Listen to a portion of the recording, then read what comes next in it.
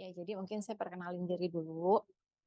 Ya, nanti kalau teman-teman di sini ada yang merasa, oh pengalaman saya beda tentang anak usaha, nggak apa-apa ya, karena ya tiap industri itu unik. Bagaimana cara kita akhirnya mengembangkan industri itu memang nggak bisa kita ngomongin satu teori aja ya. Memang teorinya itu sendiri pun akan kita sesuaikan kembali kan. Oke, next slide, Mas Gibran. Ya, ini sedikit profil saya. Saat ini saya masih bekerja di MRT. Jabatan terakhir saya saat ini adalah Human Capital Operation. Dulunya saya sempat megang OD, megang talent management. Terus saya juga pernah di Departemen Organization Talent and Trainingnya MRT. Jadi memang dari awal MRT dalam planning membuat anak usaha saya sudah dilibatkan gitu sampai akhirnya anak usahanya sudah jalan dan mulai kita ngerambah ke hal-hal yang sifatnya teknis pelaksanaan lapangan anak usaha itu juga saya masih terlibat gitu ya, terutama yang di bagian operationnya human capital anak-anak usaha. Pendidikan terakhir saya di S2 Psikologi Universitas Indonesia, Human Capital and Knowledge Management, S1-nya juga di Psikologi Universitas Indonesia. Nah, saya beruntung ya, salah satu yang beruntung sejak 2014 udah tergabung di LHC, walaupun saya mungkin sebagai silent reader, tapi saya belajar banyak sih dari LHC apa namanya untuk topik-topiknya yang kadang diangkat gitu ya. Itu semuanya unik-unik. Dan saat ini selain tergabung di LHC juga saya masih aktif sebagai pemain futsal di arena. Ini sedikit gambar dua dua anak saya buat ngorain aja. Biar lebih santai ya karena ini kan kita diskusi doang. Next. Nah, mungkin saya setelah perkenalin diri, saya perkenalin dulu MRT itu apa sih ya? Yang mungkin Bapak Ibu semua tahu, memang ini perusahaannya transportasi. Tapi next slide-nya, minta tolong Mas Gibran. Tapi sebenarnya MRT itu sendiri, selain perusahaan transportasi, mandat yang diberikan kepada MRT Jakarta, boleh next slide-nya, mandat yang diberikan kepada MRT Jakarta itu sebenarnya beyond dari sekedar perusahaan transportasi. Gitu. 2008 MRT itu berdiri sebagai sebuah PT. Di situ ada 3 mandat ya. Selain sebagai transportasi, kami juga sebagai pengembang kawasan gitu. Jadi ada namanya Transit Oriented Development. Terus ada juga kawasan 300 meter dari stasiun MRT, itu semua merupakan bagian dari pengembangan yang dilakukan oleh MRT. Karena kita percaya bahwa ketika kita mengembangkan public transport, kita nggak bisa cuma fokus terhadap operasinya aja. Kalau kita cuma berfokus pada operasinya, akhirnya tidak akan ada shifting budaya terhadap tingkah laku bertransportasi warga Jakarta dan sekitarnya, sehingga akhirnya nanti transportasi tersebut akhirnya malah tidak berhasil, tidak mencapai tujuannya dengan baik. Tahun 2018 itu merupakan persiapan terakhir MRT menuju masa operasi, di mana 2019 MRT secara resmi beroperasi. Jadi kurang lebih butuh waktu lebih dari 10 tahun dari mulai MRT berdiri sebagai sebuah PT sampai akhirnya MRT bisa menjalankan operasinya. Dan saat ini MRT masih terus berkembang, kita juga mengembangkan fase 2, fase 3 sampai dengan fase 4. Nah, next-nya Mas Gibran. Ini mungkin pengetahuan umum aja ya, MRT itu memang kereta otomatis, tapi kita masih pakai yang jenis GO2, artinya itu masih dibutuhkan monitor ataupun kontrol dari train driver di bagian cabin bagian depan. Gitu. Tapi memang fungsinya bukan sebagai masinis yang menjalankan kereta, karena itu ada sendiri nanti di ruang operation control centernya. Tapi lebih ke untuk jaga-jaga aja ya dalam hal emergency. MRT yang tersedia saat ini, kalau Bapak Ibu naik dari Lebak Bulus, kita punya 16 rangkaian, di mana 2 itu sebagai cadangan. Itu yang akhirnya jadi salah satu ini ya, way out kita kalau memang terjadi gangguan. Karena kita selalu mengusahakan headway dalam peak hours-nya itu 5 menit sekali, dan kalau lagi low-nya itu mungkin 10 menit sekali. Satu rangkaiannya terdiri dari 6 kereta, jangan dibilang gerbong ya Bapak Ibu ya, karena gerbong itu untuk barang, tapi pakai bahasanya itu cars atau kereta. Ini yang mau tahu spesifikasi jalurnya kayak gimana sih? Yang sekarang fase 1 16 km, terus intinya semuanya udah terstandarisasi lah ya, dengan kecepatan maksimum dan minimumnya juga. Tuh, ini aliran listriknya yang dibutuhin segitu besarnya. Jadi kalau tiba-tiba ada force major kayak 2020 ya, yang tiba-tiba listrik mati. Kok bisa MRT mati? Emang nggak punya ini ya, apa namanya, genset. Mau genset segede apapun susah untuk mengoperasikan kereta dengan voltase sebesar ini. Next. Nah, ini yang tadi awal berdirinya MRT, kita punya mandat yaitu membangun infrastruktur yang benar-benar langsung dibangun oleh MRT, tidak diberikan kepada pihak ketiga. Terus melakukan operasi dan pemeliharaan sarana dan prasarananya, serta pengembangan tadi dan pengelolaan TOD, Transit Oriented Development. Itu dengan 3 mandat tersebut, MRT ini punya 3 tagline. Yang ketika terjadi situasi COVID, kita langsung MRT langsung merubah strategi. Di awalnya 3 beyond ridership, physical mobility and transport network, akhirnya langsung kita ubah, gitu ya, karena dalam kondisi tersebut perusahaan mengalami krisis sehingga emang harus segera diubah strateginya. Yang sekarang adalah tiga poros bisnis baru, yaitu digital urban platformer, city regenerator, dan network provider. Nah, ini saya ceritain 3 poros bisnis ini yang akhirnya memang jadi cikal bakal MRT terus berkembang sebagai sebuah holding. Next-nya, apa sih yang dimaksud MRT dengan digital urban platformer? Next slide. Jadi memang di sini MRT juga harus menjalankan fungsinya, bahwa nantinya MRT harus bisa mengintegrasikan beberapa hal dalam fasilitas transportasi. Ya, tidak hanya menghubungkan para penumpang, tapi juga keterkaitannya dalam hal pembayaran. Tuh, pembayaran untuk semua transport yang berlaku di Jakarta. Terus next slide. Ini mungkin saya jelasin cepat aja. Terus untuk kelangsungan MRT itu sendiri, platformnya nggak cuma tadi dalam hal pembayaran, tapi juga dalam hal iklan, gitu ya. Iklannya segala macam, digital, non digital, ya, yang ada di dalam stasiun, di luar stasiun, bahkan di tiang-tiangnya, sampai dengan penamaan stasiun dan payment gateway dan lain sebagainya gitu. Jadi memang dari awal MRT ini didesain untuk jadi perusahaan BUMD yang nantinya bisa tidak hanya melayani transportasi, tapi juga akan menjadi sebuah platform yang nantinya akan bikin MRT ini secara financial independent, gitu ya, tidak lagi mengharapkan subsidi gitu. Jadi memang harus di ekspansi nih gitu, fungsi-fungsi yang ada di MRT sehingga menghasilkan platform bisnis baru gitu ya. Next. Nah, ini terkait dengan itu semua, maka MRT nggak bisa cuma mengharapkan satu jalur yang sekarang ada ya. Memang ini dari tahun 2020 ya, kita udah dapat nih mandat untuk kelangsungan jalur-jalur berikutnya. Jadi kalau Bapak Ibu ada yang nanya, kapan ya MRT berikutnya akan ada gitu ya, nyampe rumah saya apa enggak? Nah, kurang lebih sebenarnya grand design-nya seperti ini. Fase 1 udah berjalan ya, sampai dengan Bundaran HI, dan itu akan diperpanjang. Fase 2-nya, 2A, 2B. 2A-nya itu nanti sampai kota. Sekarang ini masa konstruksinya sudah sampai stasiun Monas. Jadi ada Tamrin sudah, Monas sekarang masih ongoing. Dan itu nanti semua akan berlanjut sampai kota. Dari kota nanti dilanjutin lagi ke Ancol Barat, itu fase 2. Nah, siapa tahu nanti Bapak Ibu di sini ada yang rumahnya sekarang situ, kemungkinan besar kita akan bentuk stasiunnya semuanya di bawah, pembangunannya di bawah. Yang fase 3 Cikarang Balaraja. Alhamdulillah juga ini untuk pembiayaannya kita akan kerjasama dengan negara asing udah pasti. Fase 4 juga ini lanjutan yang ada sekarang, Fatmawati. Ini diarahin ke Kampung Rambutan. Tuh, jadi kurang lebih gitu ya. Ya. Terus untuk city regenerator. Nah, tadi itu untuk networknya, perpanjangan networknya.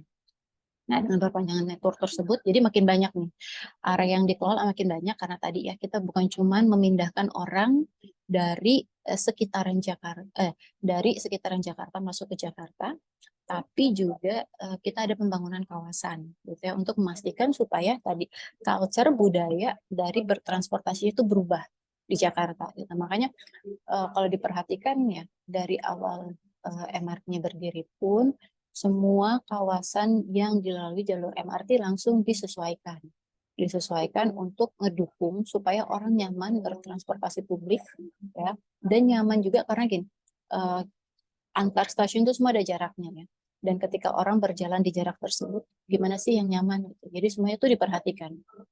Nah, itu semua yang jadi pembangunan kawasan-kawasan yang ada di MRT. Jadi di sini MRT juga sudah disahkan oleh gubernur. Kita punya 5 PRK, punya kawasan yang udah memiliki PRK, ya, dan semua kawasan-kawasan tersebut juga punya tema-temanya gitu ya. Temanya yang harus dibangun. Jadi itu ya. Jadi kalau orang nanya MRT kalau udah waktu selesai fase 1 terus ngapain lagi sih MRT? Fase 2-nya kan belum jalan. Oh, kita ngebangun kawasan sesuai dengan amanat yang diberikan kepada kita gitu ya. Kawasan-kawasan ini semuanya kita bangun, kita sesuaikan supaya tadi si PRK-nya ini, panduan rancang kotanya ini terpenuhi gitu. Gimana sih bikin kawasan Fatmawati yang dibilang ruang atas yang dinamis gitu ya, harus diapain nih gitu. Dengan stasiun-stasiun elevated-nya harus kita apain nih kawasan tersebut. Terus Lebak Bulus, Duku Atas, Istora Senayan, Blok M yang sana ada Taman Marta. Nah, jadi memang kalau dilihat apa mandatnya itu terus berkembang gitu ya. Pembangunan kawasannya juga terus berkembang. So, next-nya, Mas Gibran. Sehingga itu yang bikin MRT merasa dengan mandat seperti ini, ya, kita masih harus ngebangun sampai 4 fase tadi. Terus di setiap fase tersebut pun, di setiap kawasan dan stasiunnya juga harus kita perhatikan pembangunannya, fasilitasnya dan lain sebagainya. Maka seperti dan paymentnya juga ya. Maka sepertinya nggak mungkin MRT hanya dijalankan oleh satu PT ini aja gitu ya. Karena jadinya di MRT sendiri direktorat itu cukup unik ya. Kalau perusahaan transportasi ya udah yang kita lihat lebih ke arah operation dan maintenance-nya. Kalau di MRT enggak, kita juga ada direktorat konstruksinya karena membangun tadi kan. Bangun dengan konsep ini itu yang cukup complicated ya, bukan cuma ngebangun sebatas jembatan ataupun stasiun, enggak, tapi tadi ada kawasannya, ya, ada gedung-gedungnya yang juga akan dibangun, dan itu lebih cukup kompleks gitu ya. Di bagian human capital pun agak sulit ini akhirnya menentukan SDM MRT itu harus kayak gimana sih gitu. Kita nggak bisa nentuin SDM MRT itu dengan satu kompetensi core doang, agak susah nih karena tadi lumayan beda-beda. Plus yang ketiga tadi ya, untuk jadi sebuah platform kita punya sense of business yang tinggi ya. Orang yang biasa mengoperasikan dan memelihara kereta akan sulit untuk segera shifting ketika ditanya lalu bisnis apa yang bisa kita dukung gitu ya. Agak susah kan. Jadi memang di organisasinya sendiri jadinya tipikal orangnya pun cukup beda-beda banget gitu. Orang konstruksi ketika harus langsung ngomongin bisnis juga susah nih gitu ya. Orang konstruksi kalau ngomongin pemeliharaan masih nyambung, tapi untuk ngomongin operasi kayaknya udah jauh. Nah, jadi akhirnya di sini kita coba langsung bergerak ya dari 2019 tersebut. Kita langsung merencanakan bahwa untuk menseriuskan ini semua sesuai target, nggak bisa lagi MRT jalan sendiri. Kita harus bikin anak usaha yang memang kita bagi berdasarkan perkembangan organisasi. Nah, ini yang existing sekarang, kita sudah punya 3 anak usaha. Satunya adalah bukan anak usaha sih, yang MITJ itu joint venture ya. Kami joint venture dengan PT KAI, 51% sahamnya adalah MRT, 49% adalah KAI. Terus ada ITJ, ya. Ini 90% saham MRT, 10% Transjakarta. Terus yang terakhir Jaklingko yang mungkin teman-teman kalau biasa menggunakan transportnya di DKI harusnya udah familiar ya. Lambang ini tuh udah ada di beberapa transportasi publiknya Jakarta, Jaklingko. Jadi inilah 3 anak usahanya MRT yang sekarang existing. Next. Nah, gimana sih akhirnya ceritanya sampai MRT bikin anak usaha? Yang pasti di 2019 itu kita benar-benar begitu MRT beroperasi dan kita menyadari bahwa kita nggak bisa menjalani itu semua sendiri. Nah, next-nya, Mas Gibran. Kita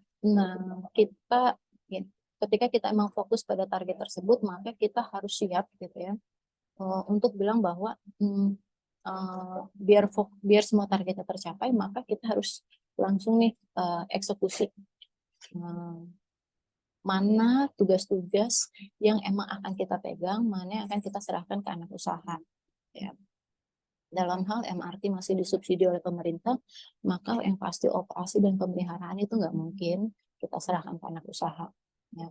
Padahal sebenarnya kalau melihat beberapa perusahaan yang bergerak di bidang operation gitu ya, mungkin yang paling gampang adalah spin off bagian operasi dulu. Tapi kalau di MRT kita susah nih kalau langsung ke situ, karena MRT itu berdiri tadi tetap dengan dasar adanya operation. Operation dalam hal transportasi.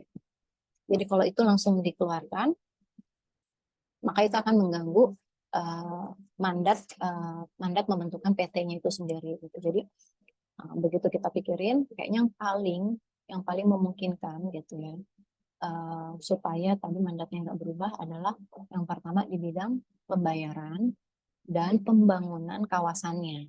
Gitu. Pembangunan kawasan, tapi ini lebih ke arah komersialisasinya. Nah, ketika melakukan mendefine gitu ya, apa yang akhirnya dari keseluruhan proses yang ada gitu ya, dari bidang konstruksinya apa, di bidang operation maintenance apa, dan bisnis apa, akhirnya kita temukan yang tadi. Terus di situ kita membentuk kita menentukan juga target bahwa dalam pembentukan anak usaha ada beberapa prinsip yang tetap harus kita pegang teguh gitu, bahwa resiko itu pasti ada ya ketika bikin anak usaha. Ketika sisi bisnis semuanya diserahkan anak usaha, kita harus siap bahwa akan susah nih mendapatkan revenue generator kita, gitu ya. Karena kan kita harus jaga hubungan antara induk dan anak supaya tidak saling memakan kue yang sama gitu ya kan. Yang namanya anak usaha dibentuk awal-awal pasti kan tidak akan jauh-jauh dari bisnisnya si induk. Kalau sampai keseluruhan bisnisnya langsung pindah ke anak usaha, maka akan ada resiko tadi. Karena kita menuju ke financial freedom, tapi kalau bisnis langsung diserahkan ke anak usaha, terus lalu kita ambil dari mana? Sedangkan MRT itu sendiri, kita tidak hidup dari tiketing. Kalau tiketingnya bukan milik MRT. Jadi berapapun hasil tiketingnya itu langsung diserahkan ke pemerintah. Jadi kita memang hidup dari non-fare box. Jadi resiko-resikonya harus dipertimbangkan.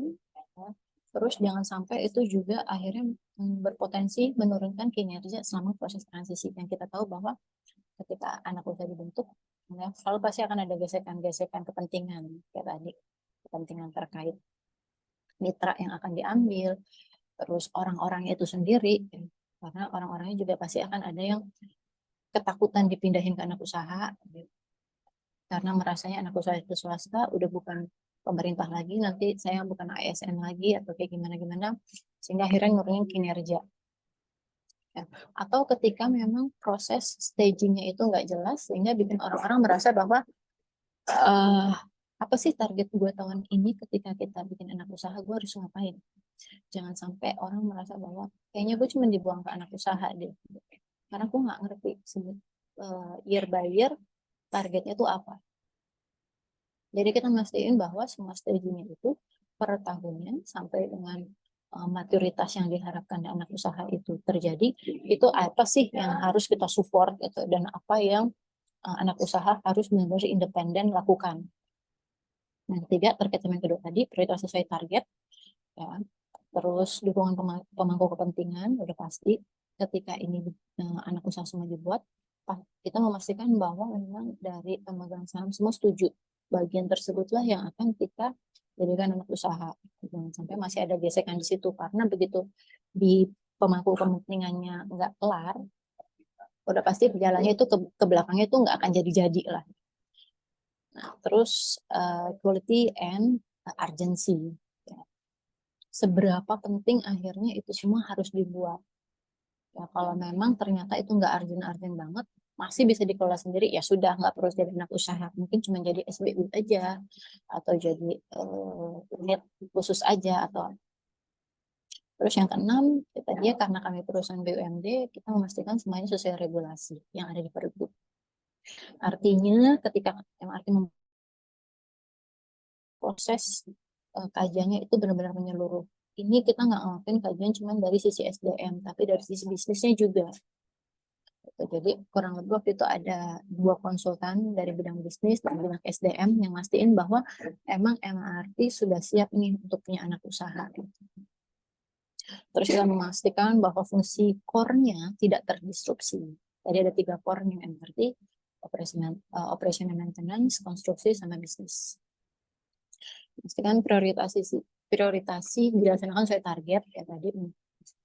Terus pembentukan anak usaha telah disetujui oleh, nah ini tadi intinya gitu, semua ini semua terpenuhi, ini semua bisa, baru kita bentuk anak usahanya. Next. Jadi sampai kapanpun prinsip ini akan kita pegang teguh. Nah, terus ketika akhirnya kita udah memenuhi itu semua, lalu apa sih berikutnya yang MRT lakukan? Nah, di sini memang melihat maturitasnya MRT pun ya, kita merasa bahwa paling mungkin di tahap awal yang kita buat adalah operating holding. Ya, karena pada dasarnya belum mandatnya kompleks. Tapi kan yang kita lakukan itu bertahap ya. Bertahap kita fokus pada hal-hal yang tadi, yang mana nih yang pertama paling urgent tadi untuk diserahkan ke anak usaha gitu ya. Yang dimana itu mungkin hal-hal yang masih sangat relate terhadap MRT, tapi tidak bisa dilakukan oleh MRT sendirian, karena itu malah bikin beban di perusahaan, bikin agility-nya MRT itu lebih susah bergeraknya. Gitu. Ya, di tahap awal MRT memutuskan bahwa semua anak usahanya ini adalah anak usaha yang memang pasti punya similar bisnis dengan MRT, karena tadi gunanya adalah untuk mendukung si operasinya MRT. Dan di tahap akhir diharapkan nanti kita sudah sampai ke tahap strategic architect, di mana nanti MRT jadi super holding, kita nggak lagi terlalu ngurusin hal yang sifatnya operasi, tapi ke arah kebijakan-kebijakan aja. Nah, ini sih targetnya ini jangka panjang ya, nggak cuma setahun 2 tahun, tapi nanti masih sampai 2030. Next. Nah, terus ketika kita udah punya itu semua, kita menyadari nih, dalam hal pembentukan anak usaha, banyak hal yang harus kita sinergikan. Nah, ini sekarang kita mulai masuk ke ranah HR-nya. Saya nggak akan ngomongin tentang masalah perizinan, terus teori-teori tentang anak usaha, enggak ya. Karena itu kayaknya kurang tepat diomongin di sini, di antara para praktisi HR. Ya. Jadi saya akan fokus langsung ngomongin tentang apa sih yang berikutnya dilakukan yang kita pastikan gitu supaya tidak ada gesekan di kemudian hari terkait sinergi antara induk dengan anak, terutama dalam bidang SDM. Ya. Nah, pada dasarnya kita menyadari ada anak usaha, ya semua sudah disetujui, semua sudah oke. Berikutnya anak usaha itu mau dibikin sebesar apa sih di tahap awal? Itu kita bikin. Ya. Tapi mungkin saya nggak bisa share di sini materi yang secara detailnya. Tapi yang pasti sinergi induk anak usaha dalam bidang SDM ini concern pertama adalah untuk memudahkan kita dalam melakukan talent mobility. Ya. Namanya anak usaha di awal-awal nggak mungkin kita langsung jor-joran hire karyawan dari luar semua. Itu kan akan bikin cost besar ya. Kalau kayak gitu, bukannya kita efisiensi untuk pembuatan anak usaha, yang ada kita malah boncos di awal kan. Nah, makanya di sini dari sisi HR, next slide aja langsung mungkin Mas Gibran. Prinsipnya adalah sinergi yang dilakukan dalam bidang SDM ini harus nantinya bisa mendukung talent mobility. Nah, supaya talent mobility pergerakannya nanti pun akan mudah, maka yang pertama kali kita perhatikan adalah sistem grading dengan melihat top stop dari anak-anak usaha ini mau dibuat sebesar apa. Top stopnya sudah kita dapetin, kita define bahwa untuk tahap awal dengan modal awal sekian, dengan kompleksitas sekian, dengan ini dan itu sekian, maka kurang lebih kita akan sanggupnya, kesanggupan dari induknya juga. Maka untuk top stop di level eksekutif itu mungkin di grade tertentu ya. Entah Bapak Ibu menggunakan HRLK atau GGS atau apapun itu namanya, mengembangkan sendiri. Tapi yang pasti kita juga harus bisa ngedefine anak usaha itu mau dibikin sebesar apa. Karena itu yang nanti akan jadi anchor kita yang melakukan talent mobility yang akan berimpact pada sistem remunerasinya. Gradingnya udah kita tentuin, kita dapetin ya dengan tadi pertimbangan-pertimbangan tadi, maka jangan lupa sebelum ngomongin remunerasi juga kita harus memastikan bahwa kita punya satu sistem kalibrasi yang sama dalam hal sistem manajemen kinerja ya. Grading udah oke, ya, define-nya udah oke, atas ke bawahnya udah oke gitu ya. Bahwa yang namanya anak usaha nanti mungkin lebih banyak di level pelaksana sampai dengan middle itu oke. Lalu kita pastiin sistem manajemen kinerjanya. Nggak masalah kita menggunakan tools yang berbeda, ya mau BSC, mau apapun namanya, 4DX, apapun terserah gitu. Tapi pastiin bahwa nanti di kemudian hari, ya dalam satu periode siklus performance manajemennya, nanti kita punya satu cara kalibrasi yang sama, ya. Karena semua orang yang kita tugasin, ini dalam lagi-lagi dalam hal talent mobility ya Bapak Ibu, dalam hal karyawan, terutama di MRT ini kan lebih banyak anak muda. Rata-rata yang di level manajerial itu masih di bawah 45 umurnya. Dia ya 30-an lah, latest 30-an. Bahkan direktur konstruksinya aja kelahiran 87 berarti baru 30-an ya. Jadi memang anak muda semua. Kita memastikan bahwa sistem sebelum kita ngomongin remunerasi, tapi mereka punya target yang jelas dulu. Target yang jelas bukan berarti untuk KPI kita bikinin enggak, tapi setidaknya mereka tahu mereka dibikin itu karena apa, mereka ada di sana itu karena apa, mereka itu akan diperhitungkan achieve tidak achieve-nya itu seperti apa, dan 100% achievement atau 120% achievement atau 80% dan segala macamnya itu di satu titik, di satu waktu bisa kita kalibrasikan menjadi satu penilaian yang sama gitu ya. Jenis ratingnya, timeline-nya juga kalau bisa ya, kalau bisa juga kita pakai timeline yang sama, fiscal year yang sama gitu ya, Januari to Desember, terus persentasenya, norma-normanya. Kalaupun nggak sama nggak apa-apa. Tapi tadi balik lagi nanti tetap akan ada satu semacam aturan payungnya yang menyatakan dengan angka tersebut yang dimiliki oleh anak usaha maka setara dengan apa sih gitu ya. Ketika kita ngomongin kita sebagai satu satuan entitas ya. Terus itu udah clear, baru kita ngomongin sistem manajemen talenta. Ya, karena goals-nya tadi kemudahan dalam hal talent mobility, ya, KPI-nya udah oke, bisa dikalibrasikan. Lalu berikutnya si kompetensinya, ya, yang dicerminkan kompetensi dari setiap job family-nya, gitu ya, untuk memastikan bahwa pergerakannya nanti pun akan relevan. Pergerakan dari satu anak usaha ke anak usaha lain itu selaras, apa sih patokannya, yaitu si job family dengan hasil SWP, Strategic Workforce Planning, yang biasanya kalau di MRT menghasilkan 3B, buy, build, atau kita borrow. Ya, jadi apakah hasil dari SWP-nya itu misalnya di induk kita ada oversupply talent, terus di anak itu ada undersupply. Nah, jadi mungkin nanti anak usaha mungkin bisa borrow dari induk, atau bisa aja anak usaha minta tolong induk untuk melakukan build. Jadi 3B tadi yang jadi dasar patokannya untuk penyelarasan. Berikutnya baru kita ngomongin remunerasi. Nah, remunerasi di sini pada dasarnya ada beberapa hal yang menjadi prinsip sinergi remunerasi. Mungkin langsung next saja. Nah, pada dasarnya di MRT menyadari ya, ketika MRT melihat diri sebagai industri transportasi, terus kita juga ada konstruksi, terus kita juga ada bisnis tadi ya, bisnis platform tadi, maka sebenarnya akan sulit kita menentukan market pasarnya kita tuh ke arah mana gitu dari sisi remunerasi. Kita membandingkan kita itu dengan apa. Begitu MRT aja galau, gimana dengan anak usaha? Apakah artinya anak usaha juga nggak bisa nih nentuin dia ke arah mana? Nah, pada dasarnya prinsip yang kita tetap tekankan ke anak usaha adalah sinergi remunerasi ini ya, apapun nanti market yang dipilih oleh MRT, tapi kita memastikan bahwa yang nantinya apa namanya anak usaha tentuin mereka marketnya di mana dan dengan apa head to headnya, yang pasti itu tidak membuat ruang untuk mobilitas talentnya itu jadi sempit. Jadi komponen-komponen yang ada itu boleh disesuaikan.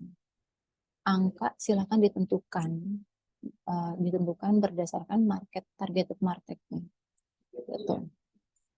Kalau memang kayak di bisnis gitu ya, secara persentil biasanya rendah kan ya. Mereka kan gedenya nanti di insentif, sehingga dasar untuk bikin salary structure-nya mungkin cukup persentil 50. Jadi kayaknya dasar untuk gajinya kecil kalau dibandingin orang-orang yang mungkin di konstruksi misalnya, atau di support deh, di bagian support, kayak di human capital, IT gitu ya. Mungkin kita berani ambil di persentil 70-an. Nah itu kalau kita terlalu saklek, itu akhirnya jadinya nanti pergerakan talentnya susah tuh dari induk ke anak. Nah di sini makanya kita nggak terlalu saklek bahwa harus nih ngikutin yang ini nih marketnya MRT, enggak. Kita tidak membatasi supaya, karena kita tahu ya ketika kita nentuin remunerasi, pembandingnya juga bukan cuma faktor internal tapi eksternal, pasarnya mereka tadi, sehingga anak-anak usaha juga tetap bisa kompetitif ketika memang talent yang dibutuhin tuh dari luar. Tapi kalau dipaksain pakai rate-nya MRT ya, jadi spill dikit aja, gaji MRT itu nggak gede, gajinya di MRT itu sama aja kayak ASN lain, nggak terlalu gede lah ya. Jadi memang kalau dia paksa untuk bersaing dalam hal talent war untuk gaji gede-gedean, MRT pasti nggak akan menang, pasti kalah. Apalagi untuk orang bisnis, itu nggak menarik lah. Tapi kalau teman-teman masih ada yang mau coba masuk MRT, nggak apa-apa, saya sih senang-senang aja. Nah, balik lagi ke sini. Nah, artinya untuk anak usaha yang butuh komponen beda, terus secara annualnya juga nanti beda, it's okay gitu ya, selama itu semua memang bisa mendorong kinerja dari anak usaha, dan itu semua juga mempertimbangkan maturitasnya mereka. Artinya kita selalu punya ya target jangka panjangnya seperti apa, bahwa kita tuh head to headnya mau memposisikan diri di market itu sebesar apa. Tapi sebelum mencapai ke situ, kita biasanya kan bikinnya stagingnya ya, di di stage awalnya mau sejauh mana, pertengahan kayak gimana, dan stage akhirnya seperti apa. Per tahunnya pun yang dikejar kenaikannya seperti apa. Nah itu yang akhirnya menjadi dasar-dasar kita dalam mensinergikan remunerasi antara induk dan anak. Gitu. Jadi artinya kembali lagi kalau saya simpulkan, pada dasarnya secara komponen kita tidak harus selalu sama, nggak harus plek-plekan sama, karena kita menyadari tadi ada faktor eksternal yang harus diperhatiin ketika kita bikin pay mix. Terus yang kedua, kita memastikan bahwa angka tersebut pun ya fair. Ketika anak usaha bilang bahwa nantinya kenaikan gaji saya persentasenya lebih tinggi dari MRT, it's happen, itu terjadi di MRT, dan kita cukup fair bilang ya silakan, ya nggak apa-apa, persentase yang dipakai bisa lebih tinggi, oke gitu. Ketika memang tadi bahwa itu semua terbukti secara kinerja gitu, dan memang maturitasnya tuh kelihatan bahwa mereka tuh makin lama makin bisa independen ya secara finansial, sehingga itu yang bisa dipertanggungjawabkan gitu. Mungkin di sini ada Bapak Ibu yang mau share dulu, atau ada teman-teman lain gitu yang punya pengalaman berbeda, silahkan ya. Tapi kurang lebih yang kita lakukan sih seperti itu untuk sinergi remunerasinya. Apakah ada gesekan ketika terjadi talent mobility dalam hal remunerasi? Ada. Ya. Apakah ada yang merasa bahwa kok gaji mungkin ini biasanya soalnya kalau udah lama nih akan terjadi nih, kok gaji di holding itu lebih kecil daripada anak usaha? Apakah itu terjadi gitu ya? Atau ada juga anak usaha yang bilang enakan ke holding, gajinya lebih gede, itu juga terjadi. Artinya memang balik lagi tadi ya, ketika memang secara grade juga udah berbeda, kinerjanya berbeda, maturitasnya berbeda, maka yang namanya kejar-kejaran kayak gitu itu pasti. Tapi gimana caranya akhirnya nanti tetap harus ada ruang, ya, ruang dari komponen remunerasi yang akhirnya menjaga mobilitas talent supaya tidak terjadi demotivasi untuk karyawan atau talent-talent yang memang dipindahin secara cepat. Atau dari anak usaha yang sudah mature ke yang belum mature, atau dari holding ke anak usaha, atau malah dari anak usaha ke holdingnya, gitu, supaya tidak mengganggu THP-nya bersangkutan, maka akhirnya harus dilakukan apa nih komponen tambahannya. Gitu. Nah itu terjadi kok di MRT. Mungkin sharing saya segitu dulu kali ya. Saya juga mau dengar nih kalau ada teman-teman lain yang mau cerita, silahkan. Sakura System Solution, an IT business with 20 years experience and a part of Nippon Steel Corporation. Introducing Spicy, solution for your human research information system. Spicy is comprehensive human research and parallel system, specializing in high-level security, efficient, and flexible, and it's also ease of use, accurate, excellent support and maintenance, available for mobile with various features. With the implementation of artificial intelligence, flexible benefit with lovers, loan, medical, retirement, and leave administration. Let's collaborate to the next level. Sakura System.co.id